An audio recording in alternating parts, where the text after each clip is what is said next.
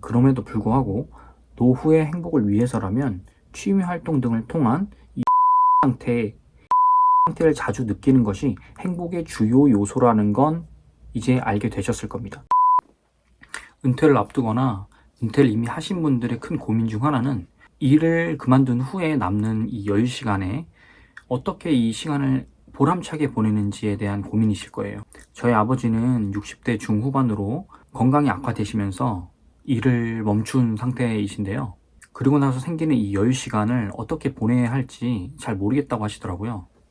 아마 다른 분들도 마찬가지실 거라고 생각을 합니다.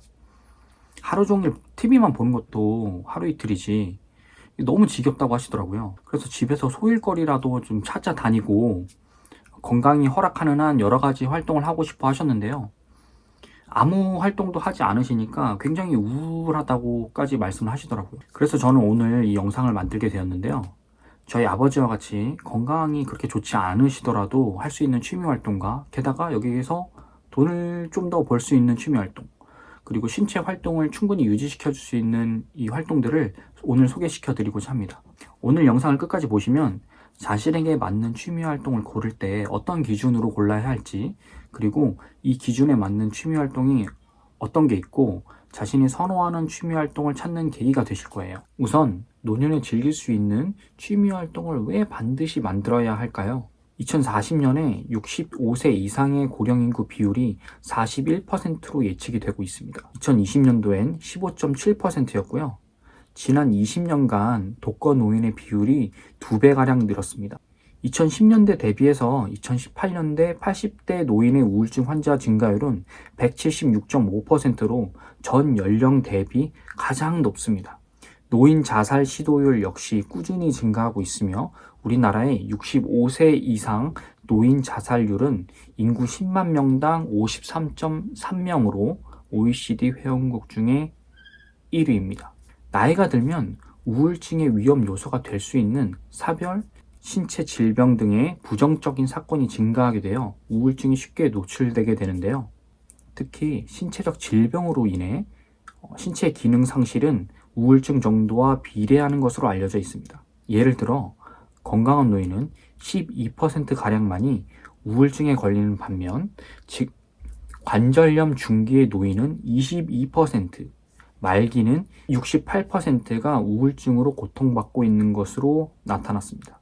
그 밖에 우울증을 유발하는 질환으로는 갑상선 기능 저하증, 심근경색증 등 내과 및 신경질환이 있으며 뇌졸중, 뇌경색증 등의 뇌혈관 질환 환자의 24%에서 우울증이 발생하고 있고요.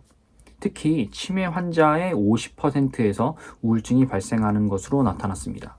이처럼 신체적으로나 정신적으로 건강하지 못한 상태에 이르면 사람은 우울감에 빠지고 이 상황이 오래 지속되면 극단적인 시도를 할 가능성이 높다는 뜻입니다. 즉, 노년에 적극적인 취미 활동을 해야 하는 이유가 바로 이 우울증을 벗어나고 행복해지기 위해서라는 거죠. 전 세계적으로도 유명한 미국의 행복학 박사 미하이 칙센트미하이 박사님은 긍정적인 몰입이 행복감의 원천이라고 말씀을 하셨는데요. 이분은 평생을 사람이 어디서 행복감을 느끼는가에 대해서 연구하신 분입니다. 주요 저서로는 몰입의 즐거움이라는 책이 있죠. 이분은 2007년도 인터뷰에서 이런 말씀을 하셨는데요. 몰입은 절대 새로운 개념이 아니다. 동양 철학에서 말하는 무아지경이나 무라일체, 요가의 명상 상태는 결국 다 같은 개념이다. 저는 과학적으로 이런 개념을 새롭게 설명하고 어떻게 하면 경험할 수 있는지 또 이로부터 어떻게 행복으로 나아가는지에 관심이 많습니다. 라고 말씀을 하셨어요. 이분의 연구에 따르면 몰입을 얼마나 자주 할 수 있느냐에 따라 행복감이 올라간다고 요약할 수 있겠습니다. 물론 취미를 갖는다고 해서 무조건 몰입을 할 수 있는 건 아닙니다. 칙센트미하이 교수에 따르면 몰입은 꼭 취미에서 오는 것만은 아니고 일터에서도 느낄 수가 있습니다. 단 몰입을 느낄 수 있는 특정 조건이 갖추어진다면 말이죠. 게다가 몰입 상태가 늘 긍정적인 것만은 아닙니다. 뭐 절도나 게임 중독, 일 중독처럼 몰입의 에너지를 반사회적 혹은 파괴적 행위에 쏟는 부정적인 결과도 나올 수 있기 때문이죠. 그럼에도 불구하고 노후의 행복을 위해서라면 취미 활동 등을 통한 이 몰입 상태를 자주 느끼는 것이 행복의 주요 요소라는 건 이제 알게 되셨을 겁니다.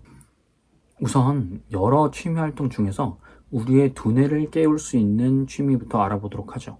제가 오늘 소개시켜 드릴 취미 활동은요, 독서, 사진, 미술, 체스 또는 바둑과 같은 신체를 과격하게 움직이지 않는 취미입니다. 우선 이런 활동들은 두뇌 회전을 위주로 하기 때문에 저희 아버지처럼 건강이 악화된 분들도 쉽게 접근할 수 있다는 장점이 있습니다. 게다가 취미 활동으로 들어가야 할 비용도 거의 없다시피 하죠. 저는 이 중에 독서를 가장 추천을 하는데요. 우선 독서는 마음을 예리하게 유지하는 데 도움이 될 수 있습니다. 이것은 뇌를 위한 운동과 같아서 활동적으로 참여할수록 이 두뇌 상태가 유지가 되는 거죠. 독서는 마음에 좋을 뿐만 아니라 영혼에도 상당히 좋다고 알려져 있죠. 그것은 편안함과 휴식을 제공할 수 있으며 특히 노년기에 굉장히 중요한 요소입니다. 독서는 신체적 능력이나 경제적 여건에 상관없이 누구나 즐길 수 있는 접근 가능하고 아주 저렴한 취미입니다. 게다가 이 독서를 통해 여러 가지 시도를 할 수 있고 추가 소득을 노려볼 수도 있죠. 예를 들어 자신이 읽은 책에 대한 생각을 블로그나 다른 SNS를 통해 공유를 하고 다른 사람에게 책을 추천하며 책 커뮤니티에 참여할 수 있는 자신의 책 블로그를 시작해 볼 수도 있습니다. 이는 팔로워를 구축하고 광고 혹은 제휴 마케팅 또는 후원 콘텐츠를 통해 도서에 대한 열정으로 수익을 창출할 수 있는 아주 좋은 방법이 될 수 있죠. 그리고 책의 내용을 바탕으로 유튜브 비디오를 만드실 수도 있습니다. 이걸 북튜빙이라고 하는데요. 북튜빙은 유튜브에서 인기 있고 성장하는 틈새 시장이며 더 많은 잠재 고객에게 도달하고 책에 대한 열정으로 수익을 창출할 수 있는 아주 좋은 방법이라고 할 수 있습니다. 사진에 대해서는요, 모두들 스마트폰을 갖고 계시니까요, 사진을 예쁘게 찍는 방법을 유튜브나 책을 통해 조금 배우신 다음에 그 다음에 사진 찍는 취미를 시작해 보는 것도 매우 좋다고 생각을 합니다. 다음으로 뭐 체스나 바둑 이런 것들은 요즘 온라인으로 체스나 바둑 경기를 할 수 있는 곳이 너무나 많으니까요. 온라인에서 많은 대국을 통해서 실력을 향상시킬 수도 있죠. 오프라인 대회들도 존재를 하니까요. 사람들과 친목을 다지고 싶다면 오프라인 대회에 참석해 보는 것도 아주 좋은 방법이 되겠습니다. 그리고 연필과 종이만 있으면 그림을 그릴 수가 있는데요. 거창하게 물감, 스케치북, 팔레트 이런 걸 구비할 필요도 없고요. 펜 드로잉이라고 해서 유튜브에 검색을 해보시면 연필이나 볼펜으로 아주 멋진 그림을 그릴 수 있게 도와주는 분들이 굉장히 많습니다. 또한 동네마다 작은 미술학원들도 존재를 하고 혹은 이마트나 홈플러스 이런 문화센터에 등록을 하셔가지고 이런 데도 미술 수업이 있으니까 바로 찾아가서 한번 배워보시는 것도 굉장히 좋습니다. 다음으로는 신체를 단련하는 취미 활동입니다. 건강한 신체에는 건강한 정신이 깃든다고 하죠. 게다가 노인 우울증의 가장 큰 원인 중 하나는 신체 질병으로부터 나타난다고 하니까 운동은 선택이 아니라 필수가 되겠습니다. 사람마다, 연령마다, 성별마다 활동 능력이 천차만별이기 때문에 어떤 운동이 가장 효율적이다라고 말씀드리기는 어렵겠습니다만 제가 조사한 운동 중에 가장 접근하기 용이하고 간편한 운동 위주로 설명을 드리고자 합니다. 제가 선택한 운동은요, 산책, 수영, 요가, 그리고 자전거를 추천드립니다. 여기서 가장 좋은 운동은 걷기라고 합니다. 걷기 운동은 가장 기본적이며 비교적 안전한 운동인데요. 허벅지 앞쪽 근육인 대퇴사근을 강화시켜준다고 하죠. 대퇴사두근은 몸무게를 지탱하고 발이 땅에 닿을 때 충격을 흡수하며 무릎뼈가 항상 일정한 위치를 유지할 수 있도록 도와줍니다. 이 근육을 튼튼하게 하면 무릎 관절이 안정화되고 무릎 관절 손상을 막을 수 있습니다. 반면 이 근육이 약하면 무릎 관절에 직접적인 스트레스가 가해져서 손상이 쉽게 일어난다고 하죠. 남성에 비해 여성에게 무릎 관절염이 2배 이상 많은 것도 근육과 관련이 있습니다. 특히 걷기와 같은 유산소 운동은 심폐 기능을 강화시키고 체중 조절에도 큰 도움이 되기 때문에 관절에 가는 무리를 줄일 수 있습니다. 또한 걷는 동안 사색을 통해 심리적 안정감을 얻을 수도 있는데요. 단, 공원이나 보도블록 같은 평탄한 길을 걸으셔야 합니다. 자갈길이나 경사가 있는 길은 오히려 무릎에 큰 무리를 주므로 피하셔야 합니다. 수영이나 아쿠아로빅, 수중 댄스 같은 수중 운동도 관절염 환자에게 매우 좋은 운동이에요. 물속에서는 부력으로 체중 부담이 줄기 때문에 관절의 충격이 덜하고 근육의 피로도 덜 느낍니다. 또 몸 전체를 조화적으로 균형 있게 발달시키는 전신 운동일 뿐만 아니라 물의 저항으로 에너지 소모가 굉장히 큰 운동입니다. 관절염이 심한 경우나 인공관절 수술을 받은 환자들은 물속에서 가벼운 걷기를 하는 것만으로도 큰 효과를 볼 수 있다고 하는데요. 물속에서는 체중이 반으로 줄어 관절 충격이 덜하고 물살에 의한 마사지 효과까지 있어서 근육의 피로도 덜 느끼게 됩니다. 하지만 모든 수영의 영법이 관절염에 좋은 것은 아닙니다. 자유형과 배영은 도움이 되지만 평영의 경우 악영향을 미치게 되는데요. 평영은 무릎을 과도하게 구부렸다 펴야 하기 때문에 관절염 환자에게는 적합하지 않습니다. 평영킥 중 윕킥이 대표적인 경우예요. 윕킥은 발을 채찍처럼 휘두르기 때문에 붙여진 이름인데요. 발을 엉덩이 쪽으로 끌어왔을 때 발의 위치가 무릎보다 바깥 방향으로 벌어지기 때문에 무릎이 구부러지고 관절에 무리가 가기 쉽습니다. 한 가지 주의해야 할 점은 지상 운동과 병행해야 한다는 점인데요.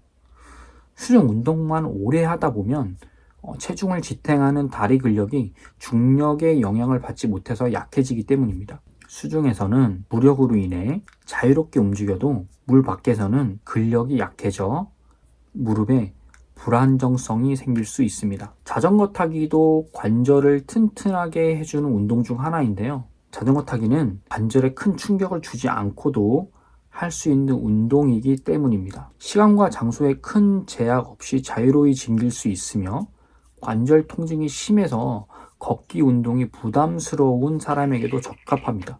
통증이 심하다면 고정식 실내 자전거를 수시로 반복해서 타는 게 좋습니다. 하지만 경사가 심하거나 울퉁불퉁한 길에서는 자전거를 타지 않는 것이 좋습니다. 무릎 관절에 충격을 많이 주게 되어서 통증이 더욱 심해질 수 있기 때문이죠. 따라서 관절염 환자라면 실외보다는 실내에서 자전거 타기가 더 도움이 됩니다. 실내에서도 주의해야 할 점이 있는데요. 사이클 선수처럼 허리를 굽히고 타는 것은 피하셔야 합니다. 관절염 환자가 자세나 운동 강도를 고려하지 않고 사이클 선수처럼 자전거를 타면 오히려 관절에 부담이 생기죠. 또 척추에도 무게가 많이 실리게 됩니다.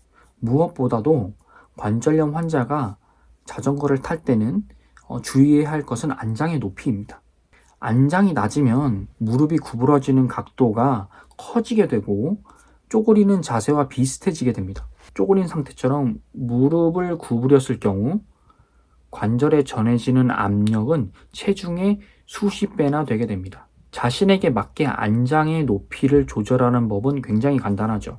자전거 위에서 똑바로 앉아서 페달을 완전히 밑으로 내린 상태에서 발 뒤꿈치에 페달이 닿았을 때 무릎이 완전히 펴져 있는 정도가 가장 적당한 안장의 높이입니다. 자신에게 어떤 운동이 맞는지 대충 생각이 드시죠?